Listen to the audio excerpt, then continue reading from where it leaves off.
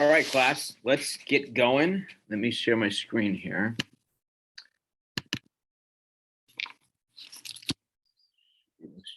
Right. Chapter 10. What is chapter 10? What are we talking about today? Strategy, risk, issues, and crisis management. Strategy and risk sounds like we're playing a board game, doesn't it? Well, kind of is in a way, kind of a very strategic way to kind of look at how your company is looking at crisis or crises. How you we're getting some really kind of interesting topics, and there's one topic on here that I think is if there's an industry that everybody or people starting their careers should look into. It's one that I'm going to mention a little bit later because it's booming. But we'll get into it that a little bit later. But let's get started. So strategic management, what's that? That's just the overall management process. It strives to identify corporate purpose, position a firm has, how they want to succeed in the market environment, and by achieving that competitive advantage. We'll get into core values, competitive advantage, not competitive, well, maybe a little competitive advantage, but core values a little later too.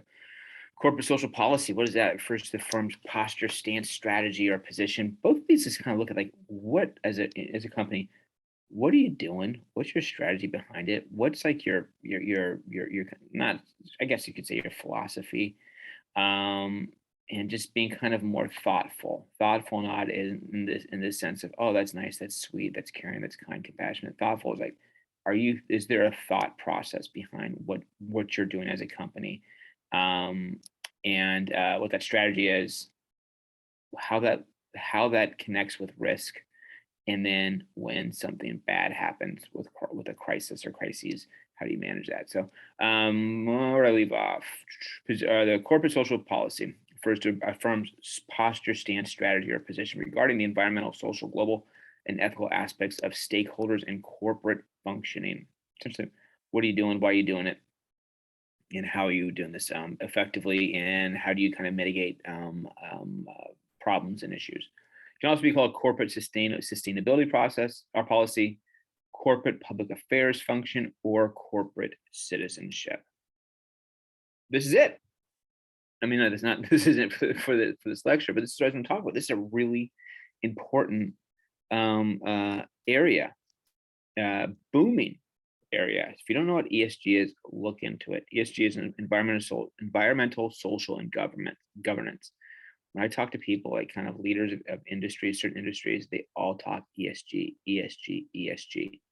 This is basically looking at every corporate structure, what's their responsibility from an environmental standpoint, from a social standpoint, and from a governance standpoint. When we talked about governance in the last chapter, how do you govern your company? So this is kind of the result of corporate actions and how corporations comport themselves in a responsible way with a little bit more of a soul. So that we've kind of gotten to that point where there are special departments for it, which is ESG. So if you like this stuff that we're talking about in this class and you think it's interesting and you're like, okay, what kind of careers can we get in that? Look into ESG. It's booming, it's big, and it's not going away. So a consulting firm, KPMG, is also one of the big four accounting firms, along with EY, Deloitte, and PwC. They offer, the consulting firm Deloitte offers on how to integrate ESG issues into strategy as business realize that good ESG practices can drive business results. Absolutely couldn't have said it better myself. Actually, I just did say it, but because I was reading. The 4 key strategy levels. The enterprise, do we get into it? Yeah. Enterprise level strategy, corporate level strategy, business level strategy, and functional level strategy. What is the enterprise level strategy? The overarching strategy level that poses such basic questions as, what is the role of the organization in society? See how this kind of all ties back to CSG? And environmental, social, and governance, right? So enterprise, what's the goal of this role of this organization in society? It's more than just something that buys something for $1 and sells it for $2. It's gonna be something bigger, more impactful, more purposeful. For what do we stand for? And there's a corporate level strategy. In what businesses should we be? It's a very simple question, but sometimes very deep, and a lot of companies don't actually know this. You know, they're just in, I'm selling widgets, but are you really just selling widgets? which is just kind of that's just a term for some nameless general product. But what business should you really be in? There's always that I think I talked about Fred Smith from FedEx.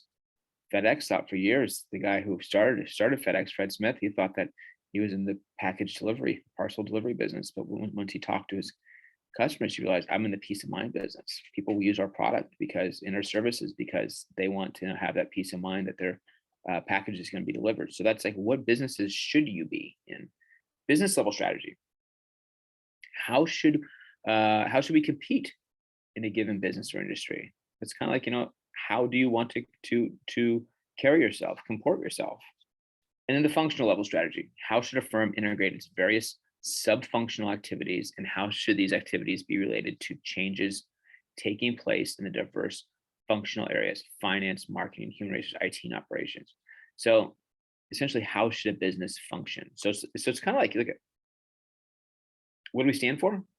What business should we be in? How should we do our business? And how should we operate, essentially? The importance of core values. Core values are critically important. I do an exercise in a marketing class that I teach about, we go through here, make a marketing plan for a horrible product. And at the end, the most important thing you could ever market is yourself. And I help students with putting their resumes together, LinkedIn profiles together. And also, one of the most important things is, sometimes when you get into an interview, the easiest question to ask, but the hardest one to answer is, tell me about yourself. Who are you? I'm a firm believer that your brand, your personal brand, a company's brand, a university's brand, every brand, a brand is just a collection of values, because those values are essentially your North Star that kind of guides you in when times are good, guides you when times are bad. And you might change over time, but your values should not change. So that's why there's this slide here, the importance of your core values. Core values are the deeply ingrained principles that guide all companies' actions and decisions, and they serve as cultural cornerstones, those North Stars that hopefully you will not deviate from those values of who you are as a company, what you stand for, your principles. And in those times, those tough times, those kind of help guide you. The strategic management process. So now you have everything in place, with the company. What's your management process? What's from a strategic standpoint? They say there's a 6-step process. There's that goal formulation. What's the goal here? What are you trying to do? Okay, that's good. You have your big, in management, they say you have your BHAG, BHAG, your big, hairy, audacious goals, right? So what is that big goal that you have? So you have one, first you have that goal formation. Second, you have the strategy formation. How are you going to get to that goal? What's the strategy look like? Then you evaluate the strategy. Does this strategy look legit, look realistic? Can we pull this off? Then you implement the strategy from there. How are we going to do this? And then you try to control that strategy along the way. And then at the end, you have your environmental analysis. You kind of look back and like, okay, how do we do and how do we impact, kind of the macro area around us? Michael Porter, he's kind of a brilliant strategist from Harvard. He's a big contributor to HBR, the Harvard Business Review. If you have a chance to start reading Harvard Business Reviews and Michael Porter, you can look at Michael Porter's 5 Forces of Business. It's just kind of just like a cornerstone kind of piece of business strategy. But Porter and Kramer, they came up with their framework. What was that framework? Was to prioritize social issues. They categorized 3 broad ways corporations intersect with society in 2 primary modes of corporate involvement. So what are those types of intersections where corporations intersect with society? The generic social issues, which are social issues not material to long-term competitiveness, just kind of there. The value chain social impacts, normal operations that significantly affect society. So some operations a company can have that can have a big impact on society. And through the social dimensions of competitive context, social issues that affect the drivers of a company's competitiveness. Value proposition is a very important topic. What kind of value is a company, or what's their value proposition? What are they actually offering to society and to consumers? So these are the services or features intended to make a company or product attractive to consumers with these steps. 1, identify the points of intersection, kind of like Porter just talked about. 2, choosing which issues to address. What are you going to do that's going to be very impactful? 3, creating that social agenda. You might think, okay, here's what we want to do. How are you actually going to do it? Integrating inside out and outside in practices. What does that mean? That means essentially it's like, okay, integrating the inside out of inside the company. What can we control, and what we can we put out there to help kind of move the needle to make a big change. And then outside in, what are sometimes outside of our control, and then how can we implement those within our company that's going on kind of in the more macro environment. In the world of I don't know if you are familiar with this, there's something called a SWOT analysis, which is SWOT, your strengths, your weaknesses, your opportunities and threats that a company can have. And that's basically, it's a good exercise to go through if you have a chance to look up a SWOT analysis. On your SWOT, your strengths and your weaknesses are your internal capabilities, your opportunities and threats are external. So what you can control is from the inside, are your strengths and weaknesses. What you cannot control are going to be from externally, which are your opportunities and threats, but you can alter your business strategies and implementations to try to address those opportunities and threats. Enough about me just rambling on here. And then number 5 is creating a social dimension to the value proposition. So how would society basically benefit from this value proposition? Oh, let's get into our Easter egg for today. Coachella. I go to Coachella. A lot. Probably been every year last 10 years. So it's a good time. Met some great people, great friends out there. And I go a little hardcore. So Global Reporting Initiative, GRI. This is done in conjunction with the UN. They do this in conjunction with the UN Environmental Program, the UNEP, with the mission of developing globally applicable guidelines for reporting on economic, environmental, and social performance of corporation, governments, and non-governmental organizations, or NGOs, non-governmental organizations. These are large organizations that can be very impactful on in the government, but they're not affiliated specifically with the government. Risk management. This is fun stuff. What is risk management? We've all deal with risk, right? That's just the act of identifying and preparing issues. Is difficult for the human psyche, but risk management hopefully helps curtail some of the big problems that could potentially have. So Kaplan and Meick's, some more consultants and kind of thought leaders, think leaders in this space, they said the Kaplan and Meick's framework for risk management divides this into 3 categories. There's your preventable risks. Do I get into each one? Yes, I do. Your preventable risk, your strategic risk, and your external risk. Your preventable risk are internal risks that offer no strategic benefits. We'll get into that, I think, in the next slide. And your strategic risks are risks taken to achieve greater returns. And then your external risks are external threats that cannot be controlled. We're talking about like those strengths, weaknesses, opportunities, and threats, straight from a SWOT analysis. That's what they're talking about. What's your preventable risk? They can cause serious damage, and so the risk managers should eliminate them whenever possible. Boeing, they had problems. We're going to get a launch like airplanes a little bit later here, and engine crashes and stuff here in a second. But Boeing 777s engines, which they realized they had an issue with them, but how they solved that issue. The problem was they needed consistent maintenance. So it's a preventable risk. If you did not do the consistent maintenance, you'd have a major problem. So it was a preventable risk. So it's like, okay, we just do the maintenance on them. Strategic risks, unlike preventable risks, these are not necessarily, sometimes they are, but they're not necessarily bad. Cambridge Analytica and Facebook. Facebook basically hired a third-party company to do some political research. The end results were, it was messy at the time, but they wanted just to get some insights on on how they would handle political content on their site. So they hired Cambridge Analytica, which was a strategic risk to do because of what they're going to find out, how they're going to use that, how they're going to implement that with the company. So it was could have gone really bad. For a while there, it was bad, but it was a strategic risk that they took in the long term, which ended up benefiting the company and the users as a whole. Then we have issue management. Issue management. There's the Issue Management Council. They define an issue as a gap between a firm's actions and stakeholders' expectations, right? And issue management as the process used to close that gap. So they have an expectation, and then there's what the company can control and how you basically close that gap and solve problems, essentially. Crisis management. Oh yeah, I'm actually gonna read. Actually, you're gonna see that I can read. I'm talking about Southwest Airlines, Malaysian Airlines, and Boeing, and kind of how they differ in crisis management. So let me get right here.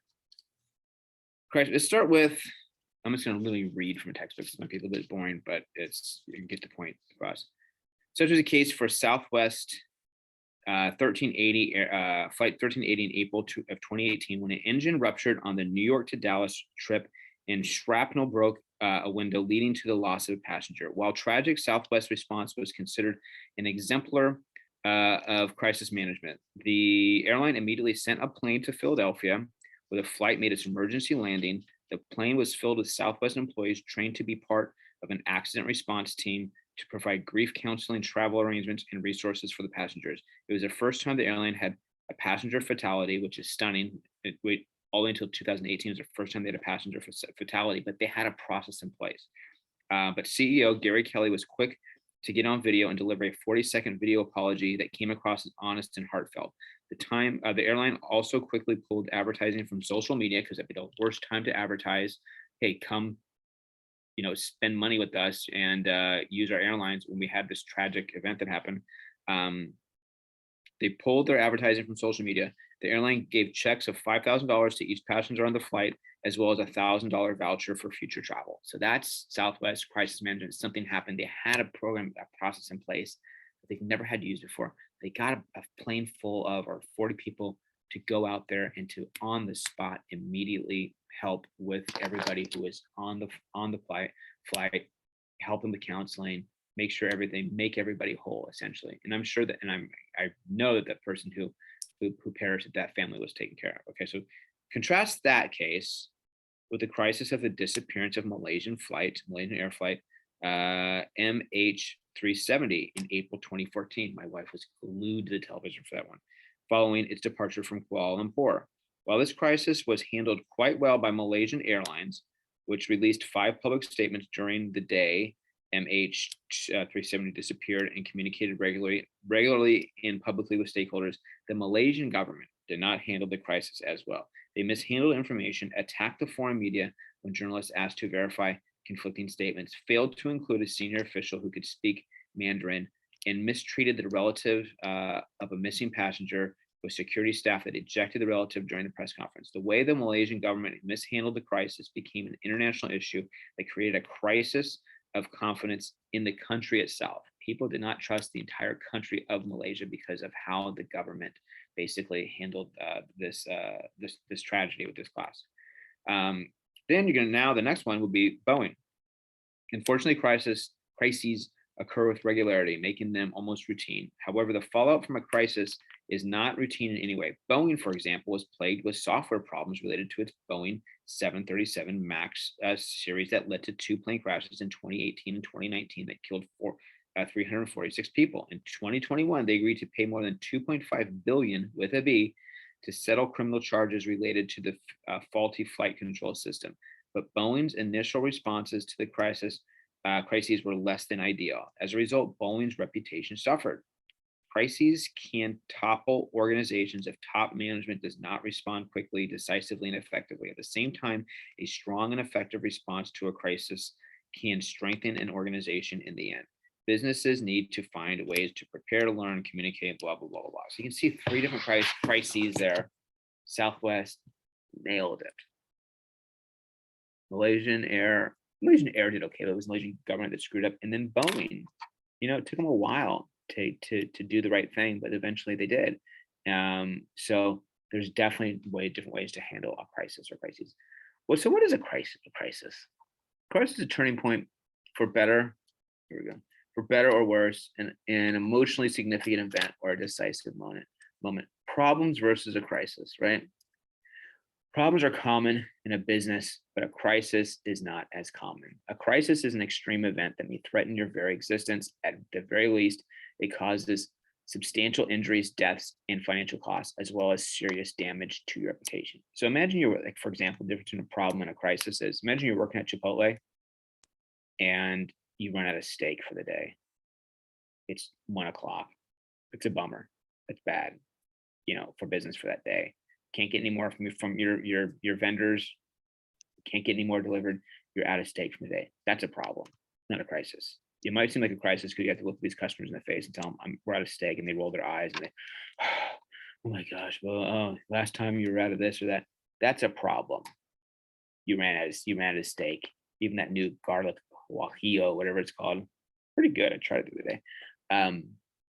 That's a problem. A crisis is people are dropping like flies because there's E. coli bacteria in your steak.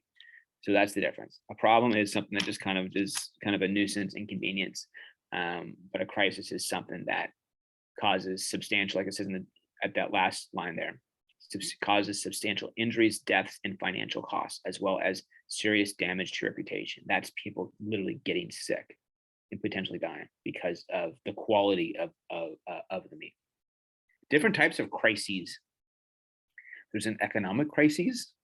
I like to say crises, which is like a recession, hostile takeover, stock market crashes. Physical crises. There can be industrial accidents, product failures, supply breakdown. Personal crises, be strikes, exodus of key employees, workplace violence. That's not good. None of it's good. Criminal crises, product tampering, kidnapping, acts of terrorism. Information crises, theft of proprietary information or cyber attacks. That's bad. Reputational crises, rumor mongering or slander, logo tampering, not good. And then natural disasters, earthquakes, tornadoes, floods, fires, etc. 5 practical steps in managing a crisis. First, let's say there's a crisis or crises that happen. First, identify your areas of vulnerability, right? Figuring out, okay, what happened? Why did this happen? How are we going to fix this? Second, developing a plan for dealing with threats. Because there's going to be some threats coming in. How to develop that plan. Third, forming that crisis team, right? Fourth, simulating crisis drills. And fifth, learning from experience and moving on. The 10-step crisis communication.